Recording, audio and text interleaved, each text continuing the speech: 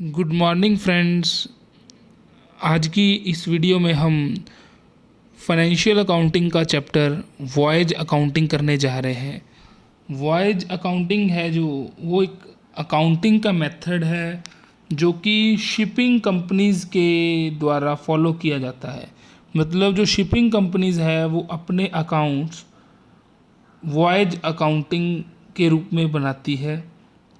Shipping companies prepare their accounts periodically and also prepare the result of each voyage separately। जो shipping companies है वो general companies की तरह अपने account एक साल के नहीं बनाते। जनरली जो कंपनीज़ है वो फाइनेंशियल ईयर के अकॉर्डिंग अपने अकाउंट्स बनाती है और पूरे फाइनेंशियल ईयर का प्रॉफिट और लॉस कैलकुलेट करती है। बट जो शिपिंग कंपनीज़ है वो ऐसा नहीं करती। वो हर वॉयज का एक अलग अकाउंट बनाती है और हर वॉयज का प्रॉफिट और लॉस कैलकुलेट करती है। वॉयज का मतलब जब शिप एक जगह से चली और दूसरी जगह पर पहुंची और वापस यहाँ से चली थी वहाँ पर आ गई, मतलब एक आउटवर्ड जर्नी और एक इनवर्ड जर्नी, इन दोनों को मिलाकर उसे हम बोलते हैं वॉयज पीरियड। और हर वॉयज पीरियड का एक अलग अकाउंट बनता है और उसका प्रॉफिट और लॉस कैलकुलेट किया जाता है। वॉयज अकाउंट की बात करें तो ये एक नॉमिनल अकाउंट है, similar to profit and loss account है। इसमें सभी एक्सपेंसेस को हम डेबिट साइड पे डालते हैं और सभी इनकम्स को हम क्रेडिट साइड पे डालते हैं। और जो हमारी इनकम और एक्सपेंडिचर का एक्सेस होता है that is called profit on voyage. अब हम वॉयज अकाउंट के नेचर की बात करें तो voyage account is a nominal account and it is prepared on the basis of rule of nominal accounts. तीन तरह के अकाउंट होते हैं, personal account, real account and nominal account.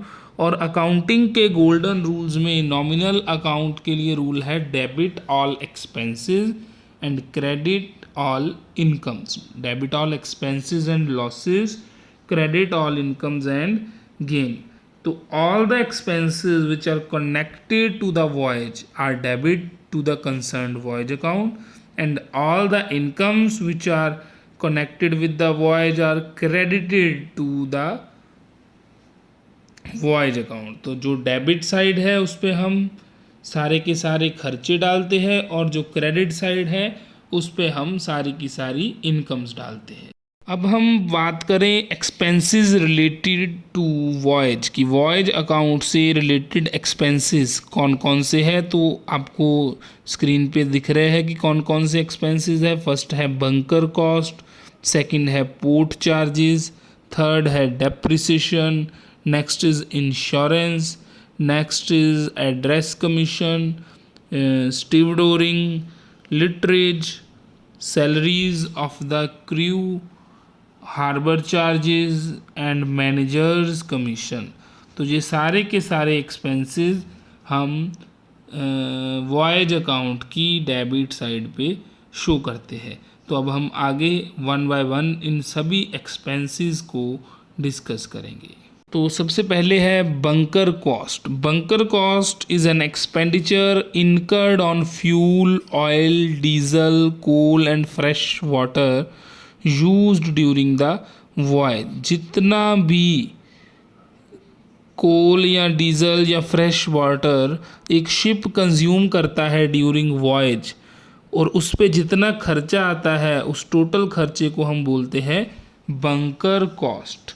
Bunker cost क्यों बोलते हैं? क्योंकि शिप में एक बिन होता है जिसमें ये सारा का सारा फ्यूल, डीजल, कोल, ये सारा का सारा हम स्टोर करते हैं। उस प्लेस को बोलते, उस स्टोरेज प्लेस को बोलते हैं बंकर। तो इसीलिए इसके ऊपर जितना भी खर्चा आता है उसे हम बोलते हैं बंकर कॉस्ट। दूसरा है पोर्ट चार्जेस। जैसे हम किसी भी बस स्टैंड की बात करें, यहाँ पर हम बस को खड़ा करते हैं तो उसके बदले में जो बस की ऑपरेटर है या बस की कंपनी है वो बस अड्डे वाली अथॉरिटीज़ को एक अड्डा फ़ीस पे करती है। तो उस फीस को हम बोलते हैं अड्डा फीस। ऐसे ही जो सी पोर्ट अथॉरिटीज़ है वहाँ पर शिप को खड़ा करने के बदले में शिपिंग कंपनी से कुछ पैसे चार्ज करते हैं, और जितने पैसे शिपिंग कंपनीज सी पोर्ट अथॉरिटीज़ को पे करती है उस चार्जेस को हम बोलते हैं पोर्ट चार्जेस।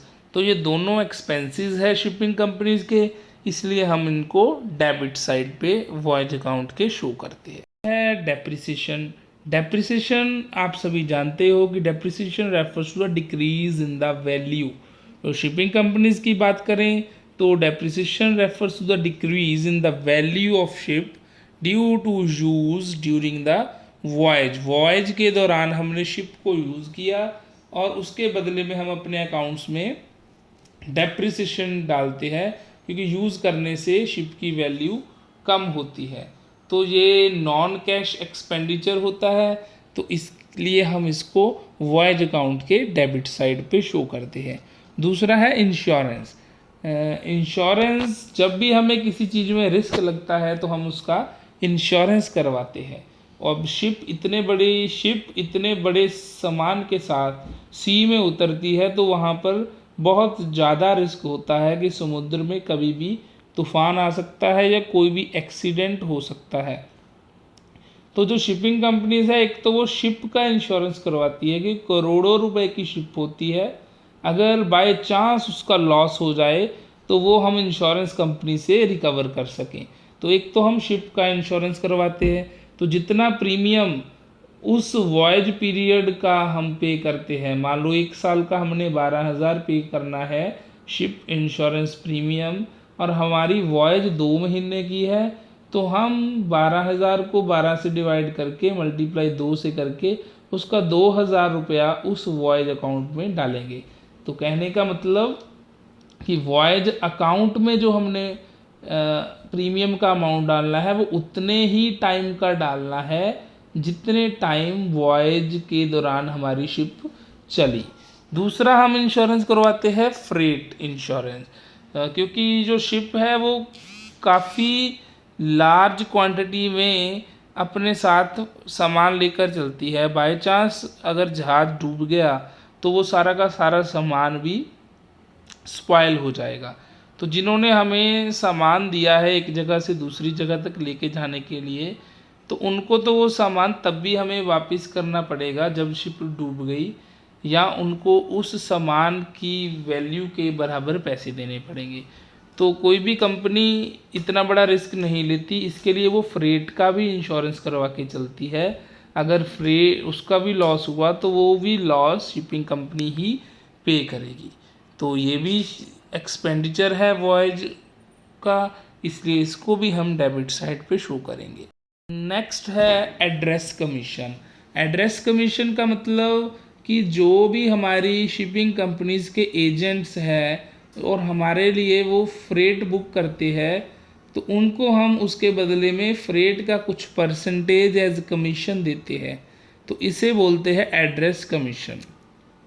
मान लीजिए मेरी शिपिंग कंपनी बॉम्बे में है, नवा शहर से कोई पर्सन सामान भेजना चाहता है शिप में, तो वो बॉम्बे नहीं जाएगा सामान बुक करवाने के लिए, यहाँ पर हमारा कोई ना कोई एजेंट होगा, उसके थ्रू वो हमारा सामान बुक करवा देगा। तो अब एजेंट के पास बहुत सारी कंपनीज हैं, एजेंट आपकी कंपनी को या मेरी कंपनी को क्यों रेफ़र करेगा, क्योंकि मेरे से उसको कमीशन मिल रही है। जिस कंपनी से उसको ज़्यादा कमीशन मिलेगी वो उसी कंपनी को फ्रेट बुक करके देगा। तो एड्रेस कमीशन भी शिपिंग कंपनी के लिए एक्सपेंडिचर है, तो इसलिए हम इसको भी वॉयज अकाउंट की डेबिट साइड पे शो करते हैं। नेक्स्ट है स्टीवडोरिंग। स्टीवडोरिंग का मतलब है लोडिंग और अनलोडिंग पर जो खर्चा होता है। जो पर्सन सामान को शिप में लोड करते हैं या अनलोड करते हैं उन्हें हम बोलते हैं स्टीवडोर्स, और उनको हम पे करते हैं जो पैसे सामान को उतारने या चढ़ाने के लिए, उसे हम बोलते हैं स्टीवडोरिंग। जनरली ये पर टन चार्ज की जाती है कि 1 टन के लिए इतने पैसे स्टीवडोरिंग चार्जेस स्टीवडोर्स लेते हैं। मान लीजिए एग्जांपल में दिया है कि 2 रुपये है पर यूनिट, एक पर्सन ने 10,000 यूनिट शिप पे लोड किए तो 2 रुपये यूनिट के हिसाब से उसको 20,000 स्टीव डोरिंग पे की जाएगी शिपिंग कंपनी की तरफ से। तो ये शिपिंग कंपनी के लिए एक्सपेंडिचर है, इसलिए हम इसे डेबिट साइड पे शो करते हैं। नेक्स्ट है लिटरेज। लिटरेज का मतलब कि जो शिप है उसे डीप वाटर चाहिए खड़ा होने के लिए। तो शिप डीप वाटर में खड़ी होती है जो किनारे से थोड़ा दूर होता है, तो वहाँ तक सामान लेके जाने के लिए छोटी छोटी बोट्स हायर करनी पड़ती है। उन बोट्स में रखकर सामान को शिप तक पहुँचाया जाता है। तो उस बोट को हम बोलते हैं लिटर, और उसको जितने पैसे हम सामान को किनारे से शिप तक लेके जाने के लिए या अनलोडिंग के टाइम शिप से किनारे तक लेके आने के लिए पे करते हैं, उसे बोलते हैं लिटरेज। और शिपिंग कंपनीज के लिए ये एक्सपेंडिचर है, इसे हम डेबिट साइड पे शो करते हैं। दूसरा है salaries of the crew. Salary of crew का मतलब, क्रू मतलब जो भी मेंबर्स स्टाफ के होते हैं शिपिंग कंपनी के, कैप्टन या कोई भी और मेंबर्स, उनको सैलरी पे की जाती है शिपिंग कंपनीज की ओर से। तो ये भी शिपिंग कंपनीज के लिए खर्चा है, तो इसलिए इसको भी हम डेबिट साइड पे शो करते हैं। नेक्स्ट है lighthouse charges. Lighthouse is a tower designed to emit light to serve a navigational aid. समुद्र में शिप को रास्ता दिखाने के लिए एक लाइट हाउस लगाया गया होता है, क्योंकि समुद्र में बड़ी बड़ी चट्टानें होती है, कहीं जहाज उनसे टकरा ना जाए, इसलिए वहाँ पर लाइट हाउस होता है जो शिप को रास्ता दिखाता है। तो लाइट हाउस है जो वो शिपिंग कंपनी से कुछ पैसे चार्ज करता है ऐसे लाइट हाउस की फैसिलिटी प्रोवाइड करने के लिए। तो ये भी शिपिंग कंपनीज के लिए एक्सपेंडिचर है, इसलिए हम इसको भी डेबिट साइड पे डालते हैं। नेक्स्ट है हार्बर चार्जेस। हार्बर चार्जेस है जो एक फ़ीस चार्ज की जाती है हार्बर की सर्विसेज शिपिंग कंपनीज को प्रोवाइड करने के लिए, तो इसको भी हम डेबिट साइड पे डालेंगे। मैनेजर्स कमीशन, कई बार जो मैनेजर है वो कुछ commission as a percentage of profit charge करता है शिपिंग कंपनी से, कि आपको 5 जितना भी प्रॉफिट हुआ उसका 5% मैं लूँगा। ये प्रॉफिट जो है वो बिफोर कमीशन भी हो सकता है और आफ्टर भी हो सकता है। अगर बिफोर है तो मान लो 5% प्रॉफिट बिफोर है तो सीधा 5% करेंगे। अगर आफ्टर है तो उसका फार्मूला R/100 प्लस R ऐसे करके कैलकुलेट करते हैं। लास्ट है स्टोर्स कंज्यूम्ड। जितने भी स्टोर्स कंज्यूम हुए वॉयज के दौरान, वो भी खर्चा शिपिंग कंपनीज वॉयज अकाउंट के डेबिट साइड पे डालते हैं। इसको कैलकुलेट करने का फार्मूला है opening stock plus purchases minus closing stock. तो जितना भी आया वो स्टोर्स कंज्यूम्ड होंगे और उसको हम वॉयज अकाउंट के डेबिट साइड पे शो करेंगे।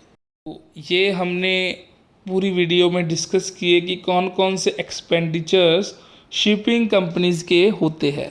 तो आने वाली क्लास में हम डिस्कस करेंगे अलग अलग इनकम्स शिपिंग कंपनीज की कौन कौन सी है, और हम वॉयज अकाउंट कैसे बनाते हैं, उसका क्या फॉर्मेट है, उसका क्या प्रोसीजर है।